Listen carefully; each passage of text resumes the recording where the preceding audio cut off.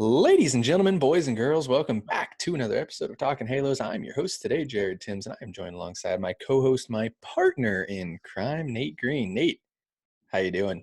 I'm doing well, Jared. How about you? Just well. Yeah. I mean, Well. sweep's a sweep. Just well. Yeah, the unlegitimate champs. It's okay. We'll move on. Just well. The unlegitimate GSAC champion, Hope International Royals. Legitimate. That sucks though. I'm not gonna lie. Like that It's an shit. illegitimate championship. We'll move on. We Like, can we can thank let's be fair. we can thank We Westmont both again. we should have been co-champs. It's fine. We already were co-champs. Let's Yeah, just is it a three-way tie for the top? no, because You the guys were stupid. tied by a game. Yeah, we lost by one. But before Wednesday, we were co-champs with you guys. So it is what it is. Take it. Champions. Sweep, Angels sweep. Oh, we're changing the subject real quick, huh? Big week. Real quick. All right.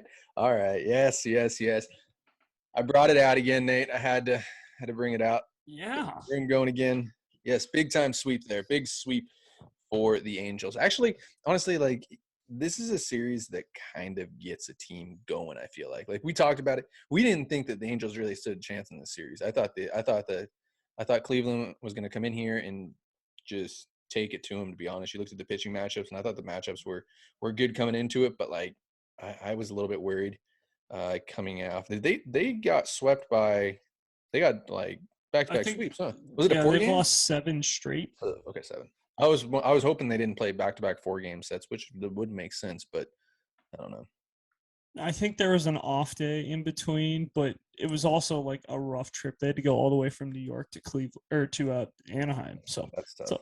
It's a long one for them. But as an Angels podcast, I'm not upset about this. The Angels absolutely spanked around the Guardians. I'll say that much. I didn't think that there was ever really a chance where it was like, well, the Angels are going to lose this game. You know, the Angels played well throughout the entire series. Like everything that could go right went right. You know, Mike Trout being Mike freaking Trout again. I mean, that guy is unbelievable right now.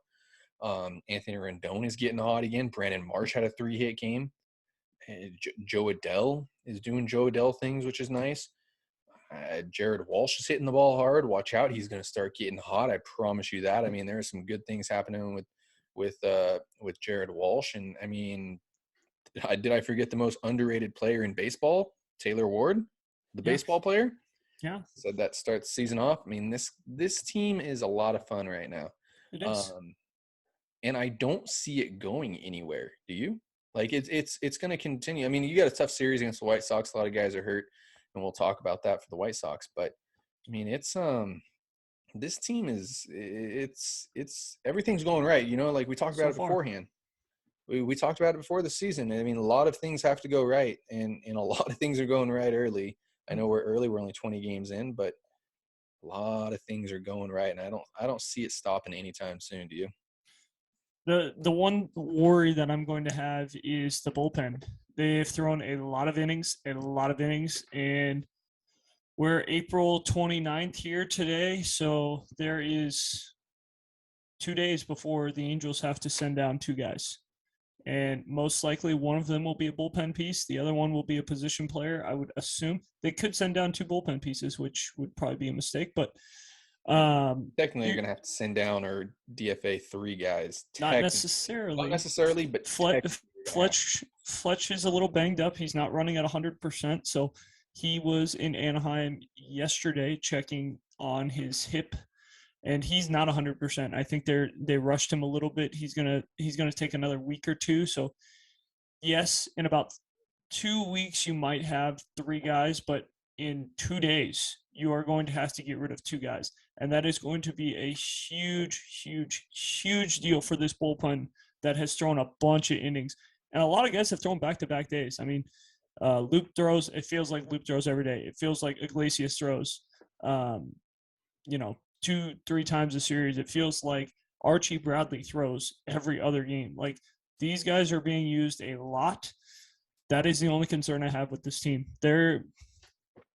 As long as they continue to play defense and stay healthy, they're going to be fine. But the bullpen is getting taxed. Yeah, absolutely. And I mean, let's first off talk about who we think is going to go down here.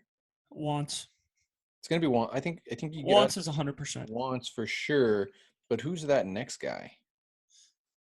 For me personally, I'm DFAing Jack Mayfield. My stance is not going to change Still? on that. I think he's the easiest guy to DFA, like we've talked about before. There are a lot of Jack Mayfields out there. There are. There are going to be guys available that can kind of fit that mold of Jack Mayfield, even if he gets claimed. If he doesn't get claimed, like great, he accepts his assignment hopefully and goes down to AAA.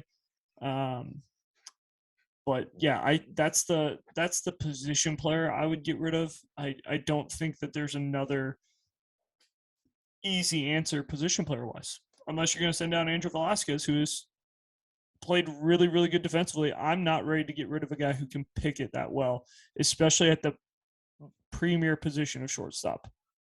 Yeah, and you do have some kind of like interesting options if you think about it. If the Angels really kind of want to get crazy, I mean, you have a guy like Ty Buttrey or who was up to 95, by the way, 95.8, I think he hit, which isn't what he was, but still seeing Velo come back is a huge sign, especially since he was 90, 93 to start the season off. You have a guy like Elvis Peguero who's shoving down there. Uh, Interesting. Zach Wise is another guy. I don't think that they make a move like this, but they could get really, really weird and do like a Mike Myers thing and kind of get rid of him in a sense. I think Jimmy Herget's earned a spot. I really like what he does. I think that, it's just he's doing his thing. Uh, Warren has earned his spot. The Angels are in a tough situation, and it's a good situation to be in that they have this much depth. But I'm with you. I think it's between Mayfield and just sending back down Velasquez. I mean, we've talked about it's not going to be Tyler Wade. Tyler Wade has been, I mean, Even if it is unsung MVP. even if it is Velasquez, right? Let's say a week from now, David Fletcher is 100%. What do you do with Jack Mayfield? Oh, You yeah. you almost have to start making calls if you're Perry and finding out if somebody will give you a 20, 18, 17-year-old kid who's in rookie ball and say, hey, we'll give you Jack Mayfield for him. He's not on the 40 man. It gives us another 40-man spot. Jack Mayfield won't be able to get sent down, which is fine for that team, but they're not having to give up too much for him. Yeah. And they're guaranteed to get him because, anyone can claim him. And if you are a team that was successful last year and maybe not so successful this year, and you're looking for a guy like Jack Mayfield, you're going to get messed up by the system because it goes off of last year's standings for the first 2 months, I believe, first 3 months. So if you're one of those teams that was very, very successful last year and you are not doing well this year, you're not getting your hands on Jack Mayfield if that's who you want. Yeah. Yeah. No, I'm in agreement. I think there's a possibility of seeing a trade at some point for sure. Something like that. I just don't, it's once and it's got to be once in Velasquez first. And then when Fletcher comes back, you really got to think about the Mayfield. I don't know how long Mayfield is. I don't know. They could do something weird. They could definitely do something really weird, which is You're going why to I'm delay kind of the inevitable by yeah. just sending down Velasquez and hoping that this team continues to thrive with David Fletcher playing shortstop, which everyone knows that Jared and I aren't the biggest David Fletcher fans. We think David Fletcher's a fine player. He's a second baseman in our opinions, but You could that almost mess could you, you could almost that mess with can't it? you almost can't let David Fletcher play at Could this that point. mess with the routine and the rhythm of this team of putting David Yes. Fletcher at shortstop every day and Andrew Velasquez sitting in AAA just playing Gold Glove defense down there? And I know he's had a couple of miscues in the major leagues, but one of them was off an umpire.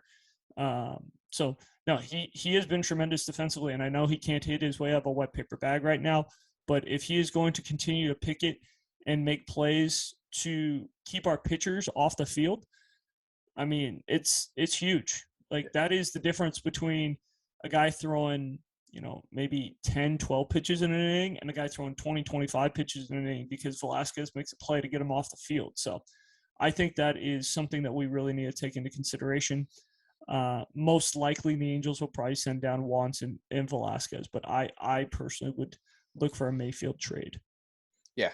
No, I'm with you on that. And then back what you said about the pitching, the Angels pitched 24 innings. The starters pitched 24 innings this series. You had Uh, Lorenzen went 6. Yep. Sandoval shoved and went 7. And then Ohtani and Detmers went 5 apiece, though you probably could have gotten another inning out of Ohtani if you wanted, and you probably could have gotten another inning out of Detmers if you wanted, though he was getting That's 23, right? I got 7 and 6 and 10. 7, 6, 10, 23. Yeah, math sucks. Math's hard. 23. Okay. Regardless, Still though, 23 innings. we're seeing progression in the We are. starting pitching. We are seeing, like, they're giving. I mean, Sandoval's not going to be this. We're going to see regression in Sandoval. And you're also going to see Sandoval go deep into games. Like, he's not a guy that I'm really worried about 4 1/3 being his like number. Detmers, I am worried that 5 is his number. Like, for the time being, I am worried that 5 is his number until he proves that he can get outs longer into the game. And that's not really going to happen unless he gets low pitch count getting through 5, which he really hasn't been able to do so far. So that's one thing I'm worried about with Detmers. Suarez did not pitch in this series. So you do have to remember my boy Jose Suarez didn't pitch in this series. His 4 1/3 is on the lurk. And if he goes 4 1/3, that bullpen's going to throw a lot of innings. Jaime Barria has not thrown in a while, so he's probably going to get some love in this series. Yeah, good thing about this series going into Chicago with that tough offense that they have there. I know they got a lot of guys hurt, but still playoff team last year and everything. You got to be aware of them. Not a lot of bullpen usage, I thought, this series. I know a little bit, but not like, wow, the Angels had to use a lot of bullpen. They won 4 games, and like I said, I thought it was easy. I didn't think that they really had to labor all that much, and yeah, it worked out really well right now for them. So let's get into a little game by game recap. Nate, I don't know how much you watched this series, but it was basically the Taylor Ward, Mike Trout, and Angels pitching show. It really was. That's what this series was. Taylor Ward and Mike Trout just absolutely handed it to the Guardians this series. Game 1, the Angels won 3-0. Lorenzen again pitched really well. One thing that kind of bothers me a little bit with Lorenzen is pitching out of the stretch. When guys get on base, that's what scares me. And it's like the 2 out. I don't know how many times he's done this, and he might have only done it once or twice, but when I'm watching, it's a 2 out walk. He gets in the stretch and he gets in trouble and extends innings. And that's what scares me with Lorenzen a little bit is that. But other than that, I mean, I really like Lorenzen. I love the 2-seam. I love the sinker mixed with a 4-seam that's straight. He throws a disgusting slider and then the changeup in the mix too. I mean, I think Lorenzen is the real deal. Again, I think we're going to see a little regression, but I think this is kind of what Lorenzen's going to be this year, in between, 4 and 6 innings pitched every 6th day, 7th day, whatever you want to call it, and you kind of work around it in a sense. Yep. I think he really fought through not having his best stuff too, and to get through 6 innings not having your best stuff and being a 6-inning ceiling guy, most likely. I mean, that was huge to get 6 out of him in that start. He threw the ball well, too many walks, but that's something that he's going to continue to get better at each and every time. So really good start for Lorenzen. First time for Taylor Ward leading off. A new leadoff hitter to start this series. Outstanding. Fantastic. Taylor Ward has been outstanding in the leadoff spot. We'll talk more about him as we go along, but big day for him. Shane Bieber threw the ball well. Didn't get any offensive support, but he did throw the ball well, and we knew that was going to be a tough Angels offensive day against Shane Bieber. Shane Bieber's velo is down 4 miles an hour from 2 years ago. It's all the way down to 89 to 91, and the Angels still had a tough time with him because he's just that good of a pitcher. So really good job, though. Taylor Ward having an unbelievable day at the plate. 2 for 4, 3 RBIs, a bomb. It's impressive. It is. I mean, the one cool thing about Taylor Ward is he understands that he can take his walk. I think that's something that has been a big deal with the leadoff hitter is when they understand that they can take their walk and let the guys behind them hit them in, it makes this offense so much more difficult to face. When you got guys swinging at pitches out of the zone and not allowing the middle of the order to come up and really do some damage, that 2-out double with nobody on from Mike Trout doesn't really hurt as bad as a 1-out double with a runner on first, which possibly scores a run and keeps an inning going. So Taylor Ward really doing a good job at the leadoff spot so far. Absolutely. And we get on to game 2, of course. And again, Mike Trout with the home run, Tony 2 bags, 2 doubles. Patrick Sandoval absolutely shoved that game. It was fantastic to see that as well. I don't know if you got to watch it. I Yeah, unfortunately did not get to watch it. Did you saw it? I did get to see that Sandoval one. just shoved, Yes, didn't he? yes, he did. I love watching Patrick Sandoval pitch. He had a fantastic game, like you mentioned. Mike Trout hitting a bomb. I saw that too. That was a bomb. That was a bomb. Like Can that. we remind everybody what the Angels got Patrick Sandoval for? The Martin Maldonado. Martin Martin Maldonado. Maldonado. Yes, Yes. really, really good trade there. And if this series doesn't remind people, baseball people, not Angel fans, because I don't think Angel fans have forgotten this, but baseball people, that Mike Trout is the best player in baseball, I don't know what's going to do it. Can Because I say I am sick and tired of hearing MLB people and people who think they know baseball say, "Oh, Vi Guerrero Jr. is the best player in baseball. Oh, Ronald Acuna is the best player in baseball. Fernando Tatis, who hasn't played a single game this all right, year, I know you have a best player grudge in against baseball." Tatis. That's But fine. Get on with it. but I still don't want to hear that anybody else is better than Mike Trout at baseball. Like No. I don't want to hear it. Until he is 40 years old and stops hitting and stops playing baseball, I don't want to hear anybody else is better at baseball. It's kind of like Tom Brady. Just don't ever say anybody's better than Tom Brady Mhm. until Tom Brady calls it quits. Absolutely. Absolutely. Mike Trout. And I'll go over the top here. Mike Trout is the best player of all time. Like it is, he is that freaking good. Like what he's done in his career, and I don't want to go off on a Trout tangent, but like it is impressive. In these last two series too, because he started coming out. He's on 11 He's game hit hot. streak now, I think. He's Yeah, hot. if he got a hit today, I actually didn't look at the box score. We'll find out here shortly, because I haven't even looked at the box score from today. He was But over 2 walks, but the over we'll 2, keep so going. Yeah. it's 10-game hit streak got snapped today, but it is what it is. We'll make it work. But yeah, dude, Trout is unfreaking believable. So we can get on to game 3. Angels end up winning that game 9-5. Come out absolutely hacking. We saw Taylor Ward fall a single shy of the cycle. Odd. Super Easiest one to get. yeah, but I mean, hey, dude, absolutely raking, and he got some. That fantastic thing about this national media that he got. Passan's tweeting about him. He got the Fox Sports tweeting about him. I mean, he definitely got out there, and I don't know if we can. After this game, I don't know if we can call him the most underrated player anymore with all the national media he got. But I mean, he's. It was a Taylor Ward show this series, and it was a lot of fun. Of course, we saw Trout have 2 doubles as well in that game. And I mean, everything just worked. Like Shohei Ohtani, I felt like labored a little bit, but it wasn't. It was just Shohei Ohtani, like it First felt. inning was a little scary. Yeah, After in the first inning, it was like, oh boy, yeah, he but can he get us? Can he get us through this one? The Angels' offense really responded. I think that was a big thing too. If the Angels go quietly in that first inning, they probably don't win that game. So really big abs from Taylor Ward, from Mike Trout, all those guys in the first inning, just making it tough on Zach Plesac. He's been good.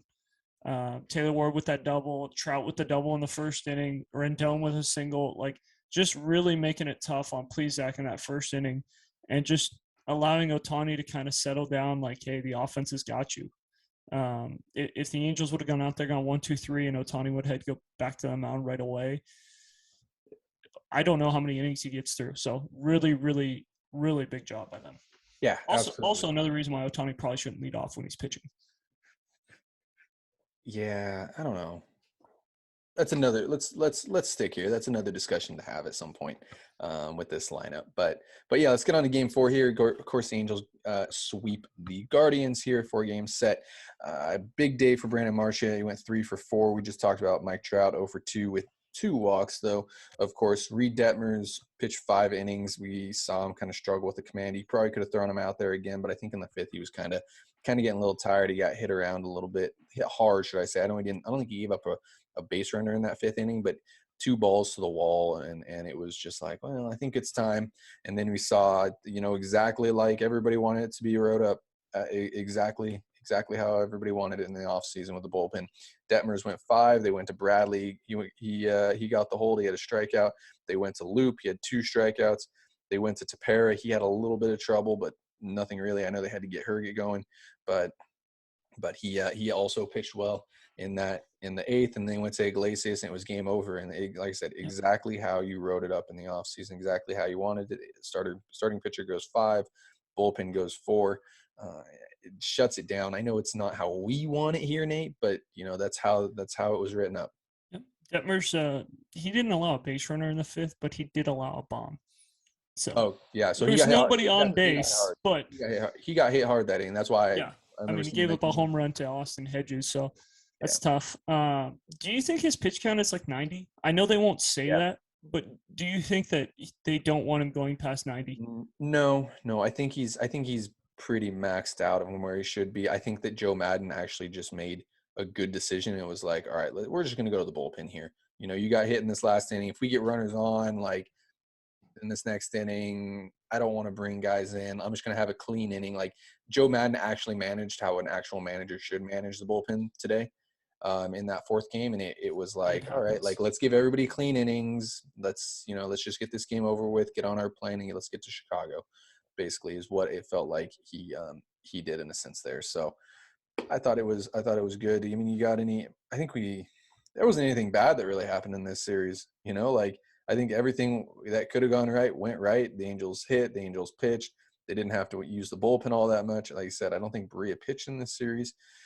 If he did, it wasn't a lot. So you got a guy who can come in after Suarez tomorrow in game 1. But yeah, I thought it was a fantastic series, right? Yeah, big wins. This could be a very, very important series for the Angels, depending on how Cleveland ends this year. Cleveland could easily end in the top half of the Central. They could end in the bottom half of the Central too, and sweeping a team that ends in the bottom half of the division is huge when you're looking at how many games back you are in the West, or how many games you're up in the West could be the difference between sweeping a last place team and losing 3 or 4 or even splitting with them. So big series. One last thing I want to mention, I am a big fan of getting Shohei Ohtani a day off. He needs it. He needed the off day today, or I guess yesterday. He needed the off day.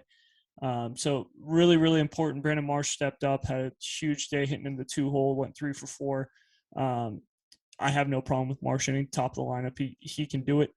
And with Shohei Ohtani, like I see a lot of 2020 Shohei Ohtani at the plate, and I know you don't want to hear me say that, but I see a lot of opening up and a lot of front side movement.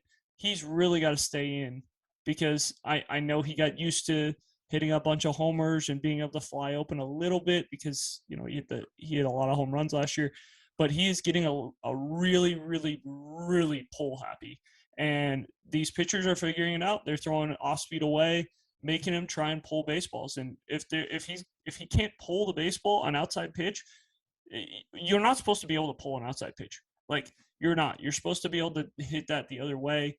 And that's the one thing that I've seen from Shohei Ohtani, is a lot of 2020 Shohei Ohtani, where he's really trying to yank that front side and pull a lot. So if he can get back to staying middle and keeping that front side in just a little bit longer, it could be one of those years where he gets hot, and the Angels are looking maybe 10, 12 games up with going into July. So if he continues to struggle, though, there's going to be some people saying, do we move him behind Trout? Do we move him behind Rendon? Like, you're going to hear all these questions about where is Shohei Ohtani going to hit if he does not get back to staying middle. Absolutely. And game of adjustments. That's why Mike Trout is the best player of all time. Game of adjustments. He makes those adjustments. So it'll be interesting to see if Shohei Ohtani can do it. And I feel like they should sit him in game 1 as well of this series. Don't even let him hit against Giolito. Giolito's absolutely disgusting. I know the Angels need all the offense they can get there, but I don't know. That's where I'm at with it. I know that I think he hit a home run off of Giolito last year. Was that in game? Well, that was against Cease that he hit the tank. Yeah, game 3. But regardless. I think it might be warranted just to give him another day off. I think he's been playing a lot of games. Like it's just one of those things where the human body, there's not going to be another Cal Ripken, and Shohei Ohtani is not Cal Ripken by any means. He's not going to play 2,000 especially when he's straight. doing both. Yeah, like, there's he's pitching no and way. hitting. The one good thing is you could give Rendon like his half off day. They've really been trying to give him Sundays off. So depending on how this week goes, they could just say, hey, Rendon, take a half off day, DH, and give Ohtani another day of rest to be ready for his next start. So it's always an option. that's the one downside of having a permanent DH. It is very hard to give a guy half off day, but they were able to do it with Mike Trout today, and that's huge. I think that's going to be beneficial for him for the next couple of weeks. Absolutely. So let's get on to series preview here. Let's just give our predictions right off the bat. I think we're tied up here because we both went three out of Yeah, we four both for lost that one. Yeah, Guardians. So I'm not going to give us any points on that one. Other than I think I did pick the Detmers game. You're welcome. I know he didn't pitch well, but no, he pitched okay. I didn't think he pitched as well as what I thought he was going to do. So let's get on to game one here. We're going to see the White Sox and Angels 4-game set. Syndergaard against Giolito. Who do you got in that game? I'm a Thor guy. I'm going to go with Syndergaard. I think Giolito's coming off a really good start, but he still might be limited in pitch count. It was his second start of the season, third start of the year, last time out, coming off the injury. So I don't know if he's going to be able to go 100 plus pitches. So I'm going to go with Noah Syndergaard. Yeah, I'm with you on that. I think the Angels win the sixth straight game there. I think it's just a pitcher's duel. I think it ends up being like a 3-2, 2-1 game or something like that. And I think I both agree. pitchers work. I think both pitchers work into like the sixth, seventh inning, and you get to the bullpen, and it's gonna come down to like a Mike Trout home run, Shohei Ohtani. It's gonna come down to a big name home run for sure. I think that's what this game is gonna be all about. So, game two, Jose Suarez against Vince Velasquez. This one might be one of those games where we see a lot of hitting. I feel like. Are you in agreement with me? Yeah, Yeah. this is one where I'm rolling the dice, and I don't know who wins this game. Honestly, I'm not a huge Vince Velasquez fan. When you and I talk about Chris Rodriguez and you compare him to Vince Velasquez, I say pick somebody else because I think Chris Rodriguez is better than that. Um, not a huge Vince Velasquez guy, as you guys have heard already. Not a huge Jose Suarez fan either. So it's going to be a tough one. I think this is one where the White Sox come out swinging. Um, the White Sox don't. I believe the White Sox don't typically lose to left-handed pitchers. It was a stat from a That's a couple weird years. stat to know. It is. It's a It weird was the stat to know. only reason I remember the stat is playoffs 2 years ago, Yeah, 2020. they The 2020 A's they didn't win. They didn't lose a game they against the did not left-handed lose a pitcher. game against Yeah. a left-handed pitcher. They did lose their last game against the left-handed pitcher. So for those of you saying, Nate, what the heck are you talking about? They just lost to Kansas City, who threw a left-handed pitcher, but they typically don't lose to left-handed pitchers. So I'm going to take the White Sox in this game just because of that stat. I hate White agreeing Sox. with you. I Yeah. hate, I hate Wow. agreeing with you, but I'll do the same thing. I think that it's going to be a offensive showcase. I don't want to call it a showcase. Offensive battle, 7-6 game or 10-7. something. Yeah, something weird like 9-6 or something like that. A lot of hitting, and I think the Angels just don't prevail in that game, unfortunately. Let's get on to game three here. Keuchel against Lorenzen. I think the Angels hand it to Keuchel. I think they've seen him enough in the past with Houston and everything, and I feel like they've always kind of hit Keuchel decently well in a sense. And Keuchel's not off to a huge start, a good start either for the White Sox. And I think it again also comes down to Lorenzen and if we see him in the strike zone or not, and seeing him fly open, or if he stays down the mound like he's been doing, letting that two-seam sinker work and playing the fastball up in the zones, playing the slider and changeup together. And I think we see kind of one of those same starts again for Lorenzen where it's just 6 innings of kind of dominance. The Angels hit Keuchel well. They score like 5 or 6 off him or something like that. And then we go to the bullpen, game over. We see Ollie Ortega do his thing that game. So I think the Angels win this game. What do you got? Yeah, I do think that Keuchel is caught off to a really bad start again. He has not been the free agent signing the White Sox thought they were getting out of him. I think the Angels win it. A lot of guys have seen him. I think it's like a 5-4 game. I think Keuchel gets hit around early. The pen kind of keeps him in it. Maybe a 5-3 game.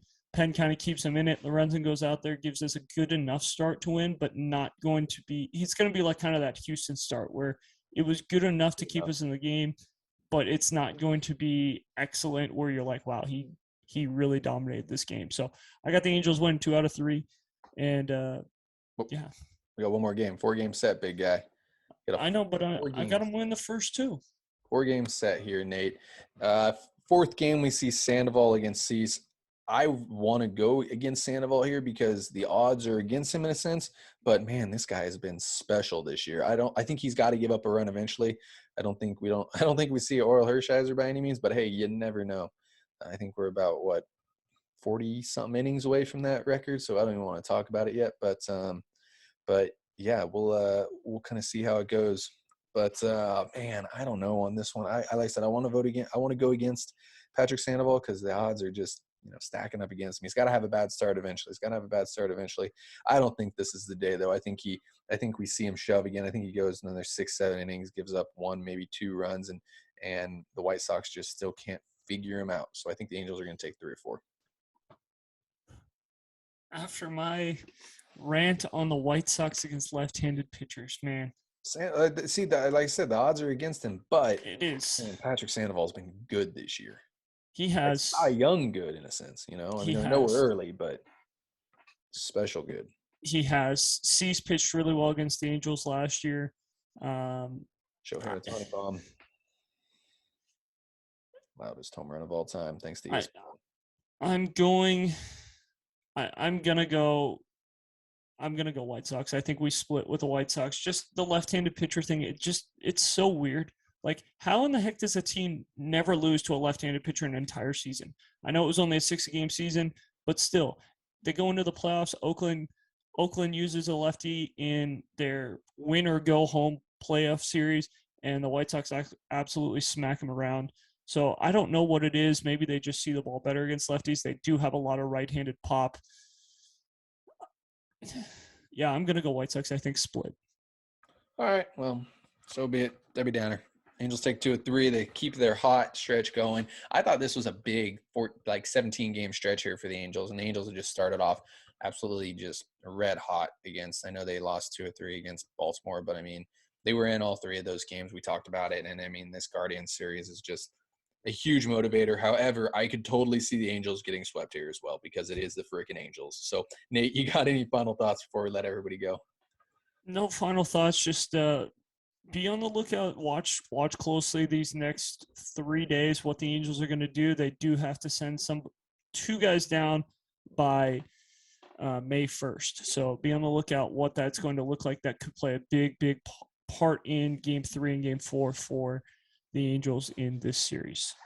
Absolutely. And I just got to throw this out there again. Congratulations to my boys. I know they didn't celebrate too hard, but actual GSAC champions.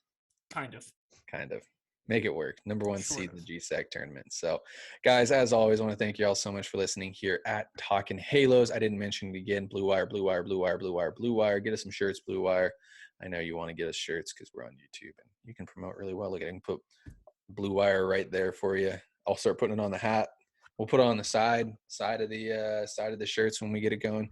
But yeah, Blue Wire.